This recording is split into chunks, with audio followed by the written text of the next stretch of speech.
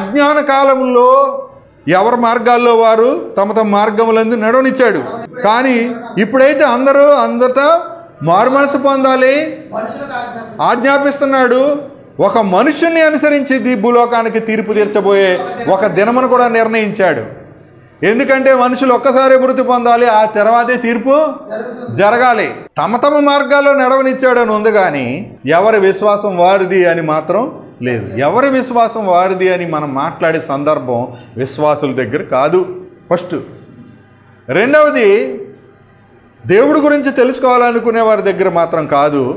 ఈ లోక సంబంధంగా రాజ్యాంగబద్ధంగా ఎవరైనా మాట్లాడుతున్నప్పుడు, చట్టరీత్యా మాట్లాడుతున్నప్పుడు ఇతరుల విశ్వాసాలను కానీ ఇతరుల నమ్మకాలను కానీ ఇతర మతాలను కానీ దూషించే హక్కు, ద్వేషించే హక్కు, వాళ్ళకి అభ్యంతరపరిచే హక్కు ఎవరికీ లేదు. కాబట్టి అప్పుడు ఎవరి విశ్వాసం వారిది, ఎవరిని బలవంతంగా మత మార్పిడి చేయకూడదు. కాబట్టి ఎవరి విశ్వాసం వారిది, నీ నమ్మకం నీదయ్యా, నా నమ్మకం నాది. ఇప్పుడు ఎలా అడుగుతున్నారంటే ప్రశ్న, యేసుక్రీస్తు దేవుడా రాముడి దేవుడా అని అడుగుతున్నాడు. మనం ఎర్రిబాగులో లేక యేసుక్రీస్తు దేవుడు అండి, ఒకడే దేవుడు అండి, ఆయన తప్ప ఎవరు లేరని చెప్పేస్తే ఎప్పటికీ అతను యేసు ప్రభు గురించి తెలుసుకోలేడు. తెలుసుకోవడం కూడా అవసరం కూడా లేదు అతనికి. అవునా కదా? ఎవడ చెడగొట్టాడు? యుక్త ప్రవర్తన కాదది, సరి అయిన జవాబు కాదది.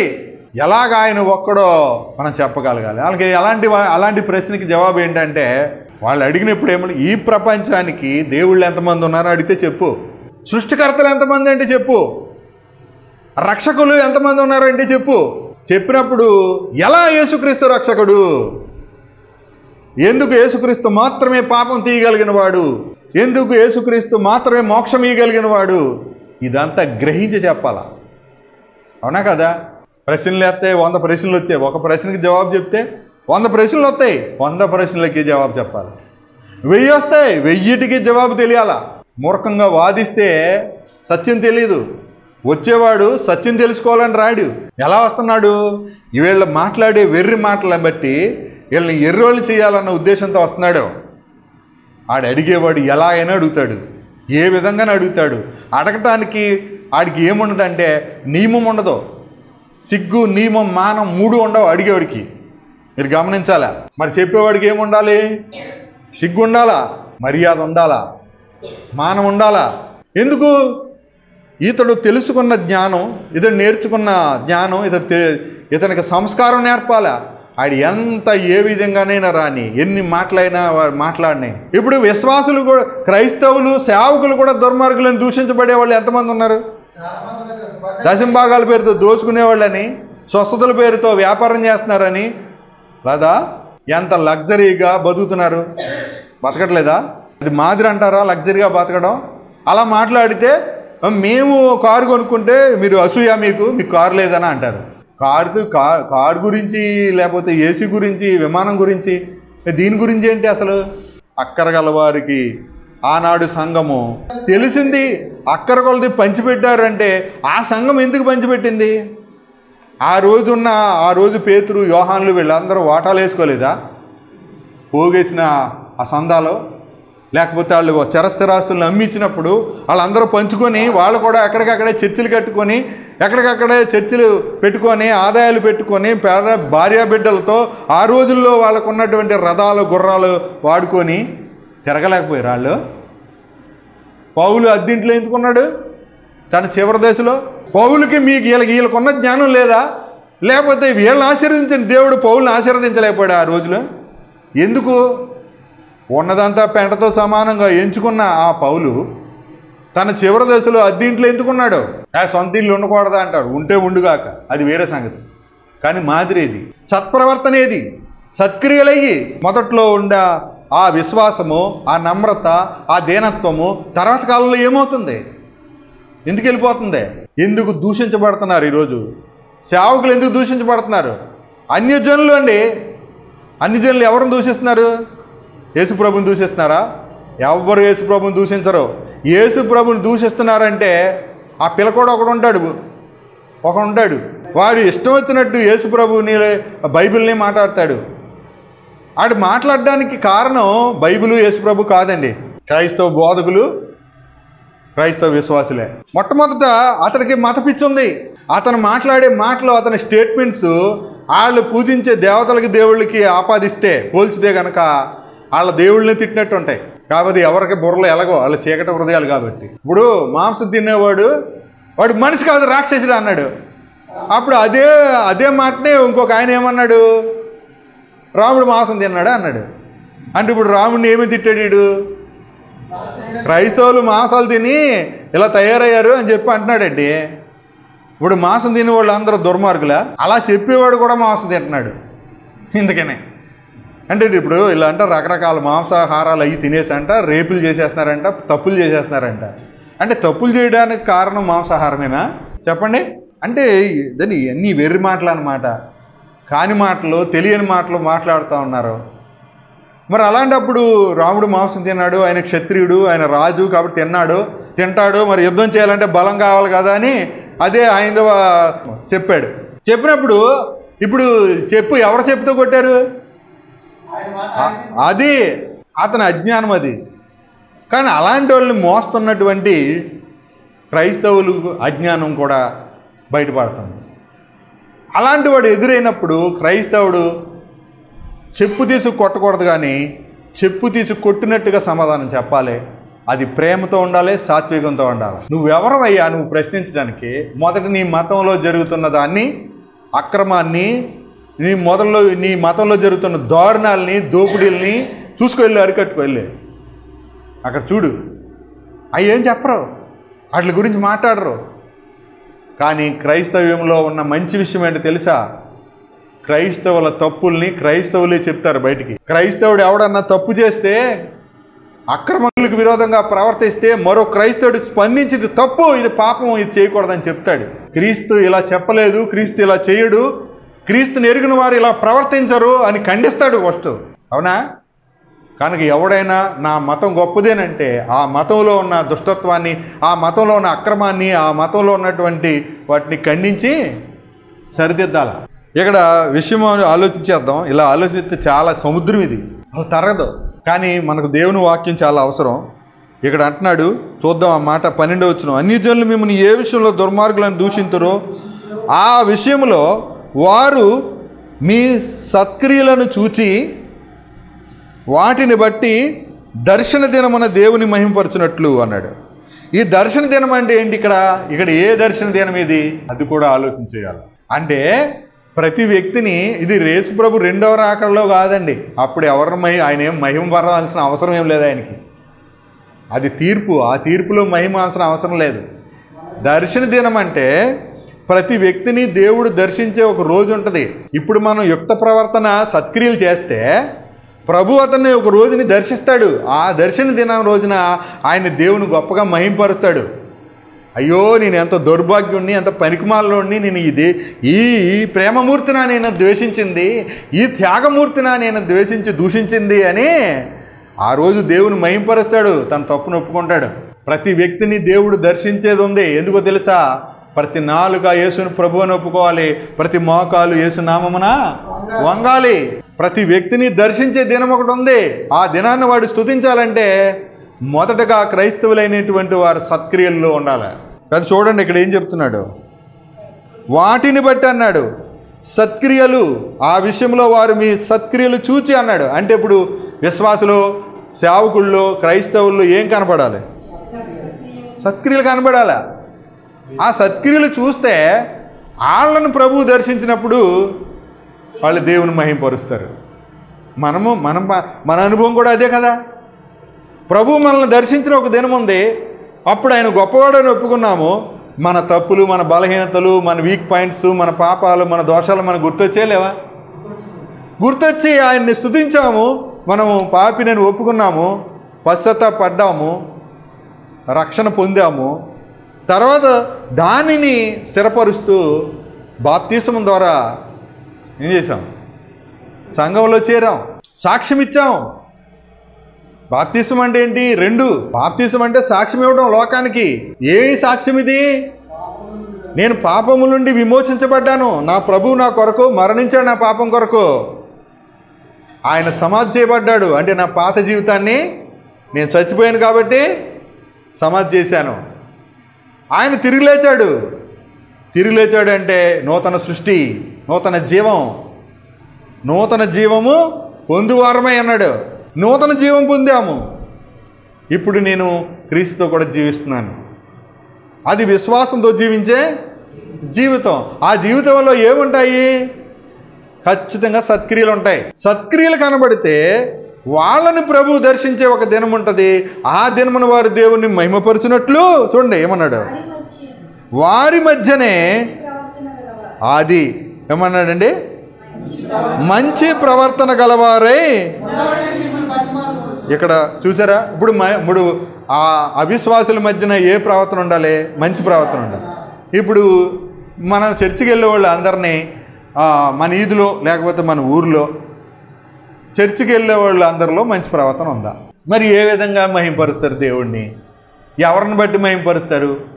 మన తప్పుడు జీవితాలు చూసి, మన అక్రమాలు చూసి, మన అబద్ధాలు చూసి, మన యాసాలు చూసి, మన బూతులు చూసి దేవుని మహింపరుస్తారా?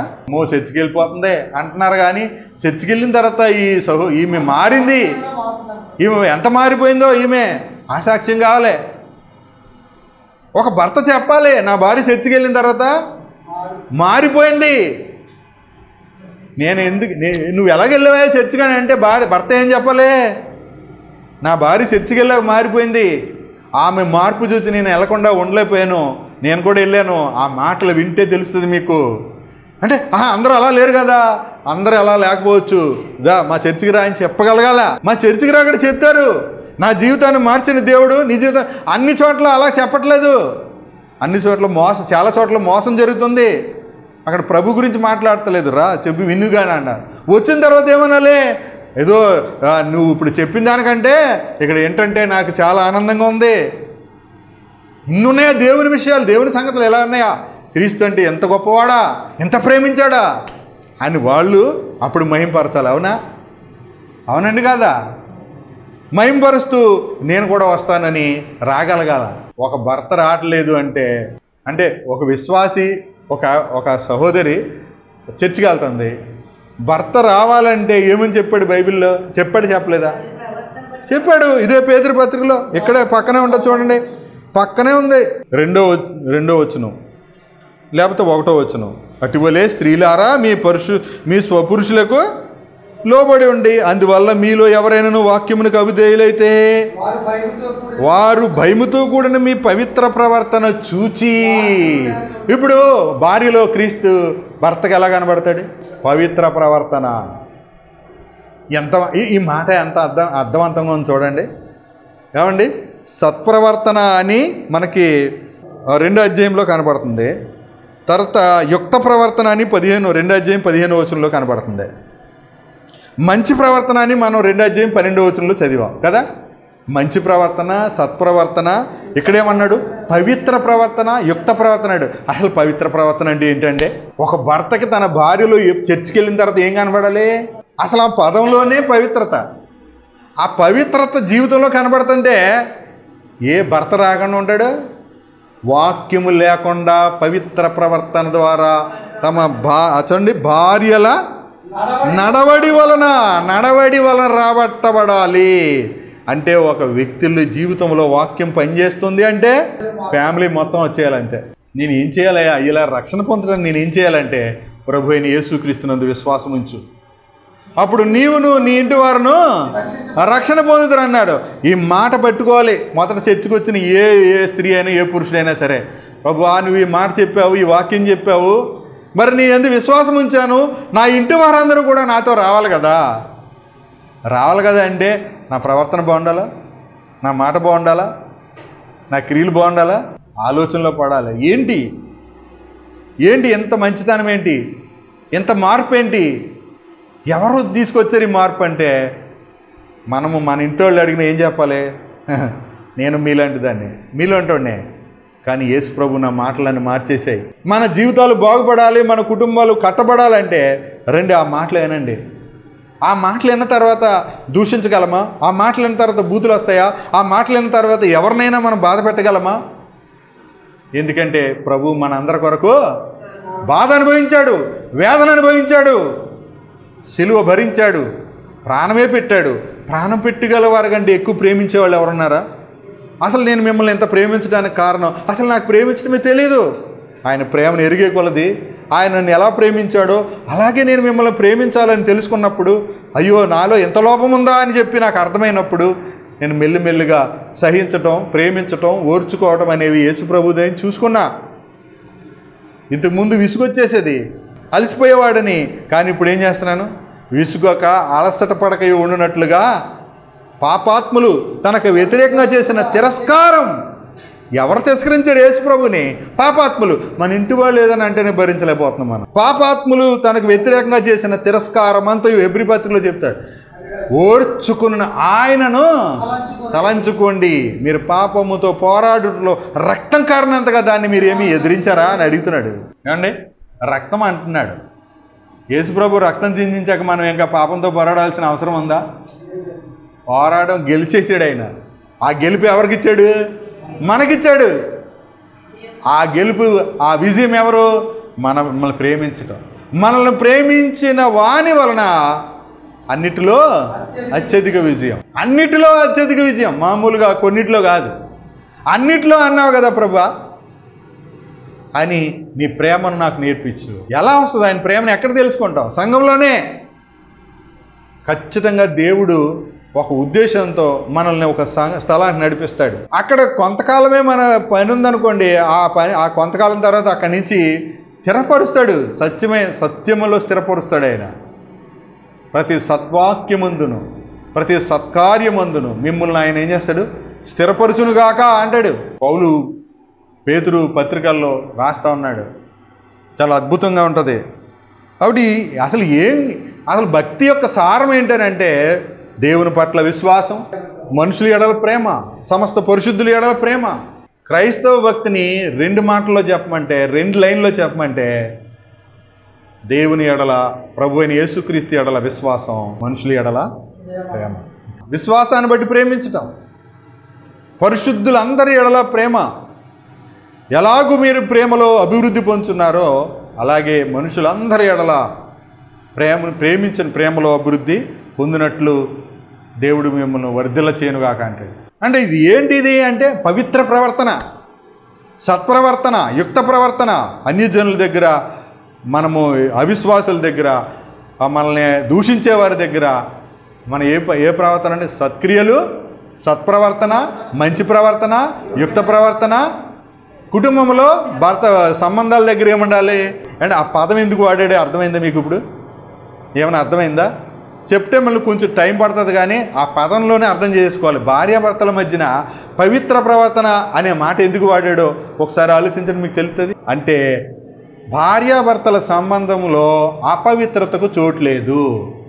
అందుకని ఆ పవిత్రత ప్రవర్తన అంటే భర్తకు లోబడి ఉండుట, భర్త మాట వినుట. చర్చికి వెళ్ళి వచ్చిన తర్వాత ఏంటి మీరు నా మాట ఎదిరించకుండా నా సంతోషం కోసమే తను ఎప్పుడూ ఆలోచన చేస్తూ కష్టపడుతుంది. ఈ కుటుంబాన్ని ఎంత ప్రేమిస్తుంది, నన్ను ఎంత ప్రేమిస్తుంది. ఏమంటే అంతిమ నిర్ణయం మీదేనండి. ఏదైనా సరే, ఏ విషయంలోనైనా మీరు ఏమంటే అదేనండి. మీరు వద్దన్నది నేను చేయను, మీకు ఇష్టం లేనిది నేను చేయను. అలాగే మన స్థాహతకు మించినవి కోరికలు ఆ భర్తని అడిగి శోధించకూడదు, బాధ పెట్టకూడదు. ఇలాగ ప్రతి దాంట్లోనూ అన్ని విషయాలలో విధేయులై ఉండమన్నాడు కదా. అలా విధేయురాలై ఉండటం చూస్తున్నప్పుడు ఎవడైనా నీ భార్య అలాగే ఎవడో బండి ఎక్కి వెళ్తుంది అనగానే అని చెప్పేసి కత్తి తీసుకుని రెడీ అవడం, నువ్వు ఎన్నైనా చెప్పు, నా భార్య ఏంటో నాకు తెలుసు, అంతేనా? మీ ఆయన ఏంటమ్మా ఎక్కడో ఒక ఆవిడతో ఈ పళ్ళుకి లేస్తున్నాడంటే చెప్పరు, రాని సంగతి చెప్తేనే అనకూడదు. నా భర్త అంటే ఏంటో నాకు తెలుసు. ఎవరో చెబితే నా జీవితాన్ని అంటే అది దుష్టుడు ఎలా ప్రేరేపణ చేస్తాడో. ఎప్పుడు ఇంత నమ్మకత్వం వస్తుంది? వాళ్ళిద్దరిలోనూ పవిత్ర ప్రవర్తన, మంచి ప్రవర్తన ఉంటున్నప్పుడు, ఇంట్లో వారి యొక్క దాంపత్య జీవితంలో ఆ పవిత్రత అనేది కనబడుతున్నప్పుడు ఎవరు కూడా వాళ్ళిద్దరి మధ్యకి ప్రవేశించలేరు. ఎందుకు? వాళ్ళిద్దరి మధ్యన వాక్యం ఉంది, క్రీస్తు ఉన్నాడు, క్రీస్తు నింపిన ప్రేమ ఉంది. కాబట్టి వాళ్ళని విడదీసే శక్తే ఉండదు. వాళ్ళ మధ్యన ఎవరో మూడో వ్యక్తి, మనుషుడు అన్నవాడు పనిచేయడు. ఇంత అద్భుతమైనది బైబిల్. అసలు ఏ బంధం గురించి, దేని గురించి నేర్చుకోండి, ఆ జ్ఞానం ఉండాలి. అందుకని దేవుని వలన మనకు దయచేయబడిన వాటిని తెలుసుకోవడానికి లౌకిక ఆత్మతో పనులవు. దేవుని యొద్ద నుండి పంపబడిన ఆత్మను, పరిశుద్ధాత్మను పొందిన వాడికి అర్థమవుతాయి ఈ సంగతులు. పరిశుద్ధాత్మ అంటే ఊగిపోవడం ఏం కాదు, పిచ్చి పిచ్చిగా మాట్లాడడం ఏమి కాదు. లేఖనాలను చదవండి, వాక్యాన్ని శ్రద్ధగా వినండి. ఆ ఆత్మ మీకు అన్నిటినీ దేవుని మర్మాలను కూడా తెలియజేస్తాడు అన్నాడు. తెలియజేస్తాడు. ఎలా తెలియజేస్తున్నాడు? మనకి గ్రంథం రాయబడిన గ్రంథంలో నుంచే ప్రభు తెలియచేస్తూ అందులో ఉన్న విషయాన్ని మనకు గ్రహింపులోకి తీసుకొస్తాడు. మనం వింటున్నవి, మనం చూస్తున్నవి, మనం అనుభవిస్తున్నవి, చుట్టూ సమాజంలో జరుగుతున్నవి, వీటన్నిటినీ పోల్చి చూస్తున్నప్పుడు బైబిల్లో అది ఉందా లేదా, అలా ఉందా లేదా అని పరీక్షిస్తే మనకు సత్యం అనేది అర్థమైపోతుంది. ఈ బోధకుడు ఇలా మాట్లాడుతున్నాడు, ఈరోజు ఇన్ని రకాల అంటే విశ్వాసం ఒక్కడే అన్నప్పుడు, అందరికీ ప్రభు ఒక్కడేనా అయినప్పుడు, అందరూ చదువుతుంది 66 పుస్తకాలు, ఇందులో మాటలు తప్ప వేరే మాటలు ఏమన్నా మాట్లాడడానికి అవకాశం ఉందా? లేదు. ఇందులో కలపకూడదు, తీయకూడదు.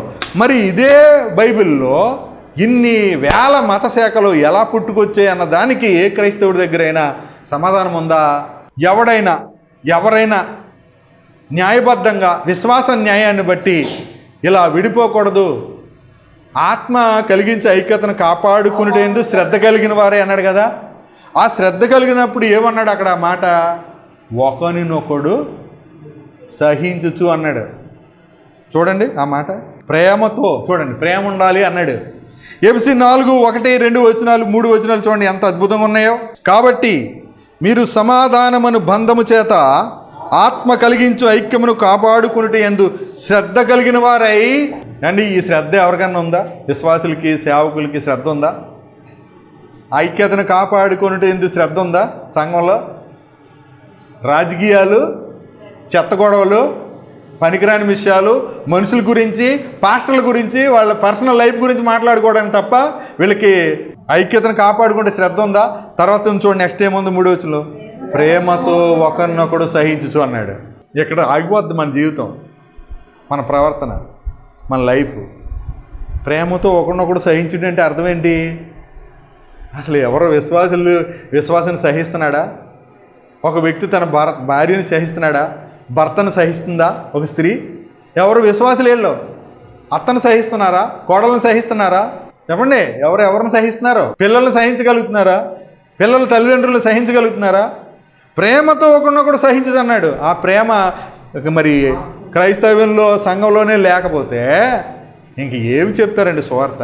ఏం చెప్తారు? నాలోనే మార్పు లేనప్పుడు నేను ఎంత అరిస్తే ఉపయోగం ఉంది, ఏం చెప్తే ఉపయోగం ఉందా? ఒక్క మాటలో తేల్చేశాడు. మర్మములన్నయు జ్ఞానమంతయు ఎరిగిన వాడనైనను ప్రేమ లేని వాడనైతే నిష్ప్రయోజనం అన్నాడు. అంతే. అంటే ఇవన్నీ నిష్ప్రయోజనమైన ముచ్చట్లే. ఈ మీటింగులు, ఈ సభలో ఇవన్నీ నిష్ప్రయోజనమైన ముచ్చట్లే. ఒక వ్యక్తి సంఘంలోంచి వెళ్ళిపోతే అసలు పోతే పోయాడులే అనుకుని వాడు పరిచర్య చేసుకుంటున్నాడంటే అది ప్రేమ కలిగిన పరిచర్య అంటారా? ప్రేమతో ఒకరినొకడు సహించేది అంటారా? ఎవరన్నా చెప్పండి. ఏమండి, ఒక వ్యక్తి ఇష్టపూర్వకంగా మానేస్తే అది వేరే సంగతి కదా. కొంతకాలం అందులో సాగి పరిచర్య చేసి సహకరించి వెళ్ళిపోతే ఎందుకు ఆ వ్యక్తి వెళ్ళిపోయాడని మిగిలిన వ్యక్తులందరూ ప్రేమ చూపించాలద్దా? ఒక వ్యక్తి ఒక దుర్మార్గానికి ఒక వ్యక్తి జీవితాన్ని బలి చేస్తారా? చెప్పండి. ఒకడు దుర్మార్గానికి, ఒకడు స్వార్థానికి ఇంకో వ్యక్తిని ఇలాగా పక్క నుంచి సంఘంలోంచి వెళ్ళి చేస్తారా? మిగిలిన వాళ్ళందరికీ మరి ఏమైంది వాళ్ళందరికీ అసలు కారణం తెలుసుకోవాలొద్దా? ఒక వ్యక్తి వెళ్ళిపోయాడు, మీ కారణంగా వెళ్ళిపోయాడా? మీ వ్యక్తిగత విషయాలకు పెట్టి వెళ్ళిపోయాడా? లేకపోతే సంఘానికి, సేవకి, బోధకి విరోధంగా, క్రీస్తు బోధకు విరోధంగా మాట్లాడుతున్నాడా? ఏం చేస్తున్నాడు అతను? ఎందుకని అతను రావట్లేదు? అతను తప్పు చేశాడా? అతను వెళ్ళిపోవడానికి ఎవరన్నా కారకులా? ఎందుకు? ఇలా అయితే సంఘాన్ని పాడు చేయడం కాదా? అది పాడు చేసేవాడు మాటలు వింటారా? చెప్పండి. ఇప్పుడు సంఘంలో బోధ నిజంగా యథార్థంగా ఉంటే చేరి రావాలి, కానీ చెదిరిపోతున్నారంటే అర్థం ఏంటి? చేదైనా వేరే ఏదైనా మొలిసి కలవరపరచడం వలన అనేకులు ఏమవుతున్నారు? అపవిత్రులు అవుతున్నారు. అంతేనా? అది జరగట్లేదా? చేదైన వేరు ఏదైనా మొలిసి అనేకులు అపవిత్రులు అయిపోతున్నారు. చేదైన వేరు ఎక్కడ మొలుతుంది? సంఘంలో కదా. ఎబ్రీ పత్రికలోనే చూడండి ఎంత బాగా చెప్పాడు. చూడండి 12వ అధ్యాయము 14వ వచనం చూడండి. కరెక్ట్గా ఇప్పుడు మనకి ఏ వాక్యం అవసరమా ప్రభు అదే ఇచ్చాడు చూడండి. అందరితో సమాధానమును, అది పరిశుద్ధత అంటే అదే పవిత్ర ప్రవర్తన. పరిశుద్ధతయు కలిగి ఉండుటకు ప్రయత్నించండి. అసలు పరిశుద్ధత లేకుండా ఎవడును ప్రభువును చూడడు. అసలు ఈ స్టేట్మెంట్కి ఇంక విరోధంగా ఏదైనా ఉందా? పరిశుద్ధత లేకుండా ఎవడు ప్రభువుని చూడడానికి ప్రభువే చెప్పిన తర్వాత విశ్వాసులు అందరూ వెళ్ళిపోతారు అనేటప్పటికీ కొంతమందికి అపార్థం అయిపోతుంది. అంటే అపార్థం అంటే అభ్యంతరం కలుగుతుందా కలగదా? ఇదిగో మా ఊర్లో ఉంది, చర్చికి వెళ్తుంది ఆవిడ, ఇదిగో బూతులు తిడుతుంది, ఆవిడ కూడా వెళ్ళిపోతుంది, ఎత్తబడిపోద్దా అని అడుగుతారు. మరి మా ఊర్లో ఒక చర్చిలో సంఘ పెద్దగారే తాగుతాడు, ఆయన కూడా వెళ్ళిపోతాడని అడుగుతాడు. ఇంకొక ఆయన ఏమంటాడు, మా పాస్టర్ గారికి 2 పిల్లలు ఉన్నారు, ఆయన కూడా వెళ్ళిపోతాడా అని అడుగుతాడు. ఏం చెప్తారు సమాధానం? ఇలా వస్తే 100,000 ఉంటాయి. అవునా? అవునా కదా? వేలు అందరూ ఆగిపోతారు అనేటువంటి జవాబులే వస్తాయి. ఎల్లడో పరలోకమని జవాబులు వస్తాయి. అప్పుడు ఏమవుతుంది? అసలు క్రైస్తవమే అంత బోగస్ అనేసే పరిస్థితి వస్తుంది. ఆలోచన చేయండి. పరిశుద్ధత లేకుండా ఎవడో ప్రభువుని చూడ్డు అన్నప్పుడు ఈ ఆరోపణలన్నీ పరిశుద్ధతకు సంబంధించినయా? చెప్పండి. బూతులు తిట్టడం పరిశుద్ధత? అబద్ధాలు ఆడడం పరిశుద్ధత అంటారా? అక్రమ సంబంధాలు పరిశుద్ధత అంటారా? వడ్డీకి అప్పులు ఇవ్వడం పరిశుద్ధత అంటారా? వడ్డీ వ్యాపారం చేసి వెళ్ళే సంఘంలో పెద్దలు, మళ్ళీ ఆ సంఘ పెద్దలకి ఇద్దరు భార్యలు ఉంటారు, కొంతమందికి 3 ఉంటారు. 2 భార్యలు ఉన్నవాడు సంఘ పెద్దగా ఉండవచ్చా? 2 పెళ్లి చేసుకున్నాడు వాక్యం బోధించవచ్చా?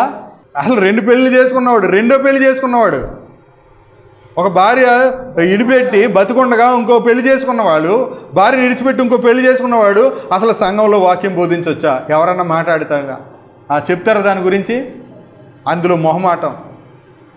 ఇందులో ఎన్ని మొహమాటాలు! డబ్బు ఉంటే మొహమాటం, కులం పెద్దదైతే మొహమాటం కదా. గొప్ప కులం అగ్రకులం అయితే పెద్ద అగ్గగలాడిపోతారు. దేనికి అగ్రకులం? కులం లేదని చెప్పేవాడు మళ్ళీ అగ్రకులస్తుడు వస్తే వెనకాల తోకలతోటి రెడీ అయిపోతారు. ఈ తోకలతో పిలిపించుకోవడం వీళ్ళకి ఆనందం, పిలవటం వీళ్ళకి ఆనందం, అంతే తప్ప నేను అందుకనే తోకలు అన్నాను తప్ప మీరు తర్వాత మిగిలిన అర్థం చేసుకోండి. మీరు తోకలను బట్టి ఘనత రాకూడదు. క్రీస్తుని బట్టి మాత్రమే, సత్ప్రవర్తన బట్టి మాత్రమే, సత్క్రియలను బట్టి మాత్రమే దేవుని మహింపరచాలి తప్ప తోకలను బట్టి కాదు గౌరవించేది. ఇదిగో ఇలాంటి వాడిని దేవుడు మార్చాడు. సాక్ష్యం మంచిదే కదా, సాక్ష్యం మంచిదే. అంటే ఇప్పుడు మార్చిన దేవుడు గొప్పోడా, మారిన ఈయన గొప్పోడా? అక్కడ దేవుని మహిమపరచుగాక అంటున్నారు, వీళ్ళే కనబడుతున్నారు. ఒకప్పుడు అసలు మన ఫోటోలు ఎందుకు పాంప్లెట్లో అన్నవాడే ఇప్పుడు పెద్ద కృష్ణుడు లేక ఫోటోలు వేయించుకోండి. ఇదే మాదిరి అసలు అక్కడ ఏది అబ్బాయి చెప్పే వాక్యం వేరు, ప్రవర్తనలో వేరు కనబడుతుంది, క్రియలు కూడా ఏమనబడుతున్నాయి? వేరుగా కనబడుతున్నాయి. నేను అందుకే అంటాను, ఎక్కడ దొరకని క్రైస్తవులు దగ్గర దొరుకుతారు, డబ్బు దగ్గర దొరుకుతారు, స్త్రీల దగ్గర దొరుకుతారు, ప్రవర్తన దగ్గర దొరుకుతారు, పరిశుద్ధత దగ్గర దొరుకుతారు. దొరకదా? ఇవన్నీ విషయాల్లో ఈజీగా దొరికిపోతాయి. మరి ఇవన్నీ దుర్మార్గులను దూషించబడరా?